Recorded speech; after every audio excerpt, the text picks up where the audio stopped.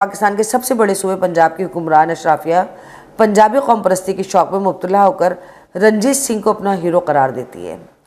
इस हुक्मरान अशराफिया को ये कौन बताएगा कि गुस्ताख कश्मीरी भगत सिंह जैसे हुर्रियत पसंद को तो अपना हीरो बना सकते हैं, लेकिन महाराजा रंजीत सिंह के परिस्तार नहीं बन सकते। 1819 में रंजीत सिंह की फौज ने कश्मीर पर हमला किया तो सिख फौज ने के मजालिम के खिलाफ पहुंच और मुजफ्फराबाद में बगावत हो गई थी। 1837 में ज़बरदस्त खान ने मुजफ्फराबाद में अपनी बागी हुकूमत कायम करने का ऐलान कर दिया था। 1846 में अंग्रेज़ों ने जम्मू और कश्मीर को राजा गुलाब सिंह के हाथों फ़रोख्त कर दिया था। गुलाब सिंह के खिलाफ पहुंच के सरदार शम्स खान, मलायाल, सब्ज़ अली खान और अली खान की मज़ाहमत कश्मीरियों की तारीख़ का एक काबिल फ़ख्र बाब है। मंग में वो दरख्त आज भी मौजूद हैं जिस पर सब्ज़ अली खान, रमल खान की लाशें लटकाई गई थी।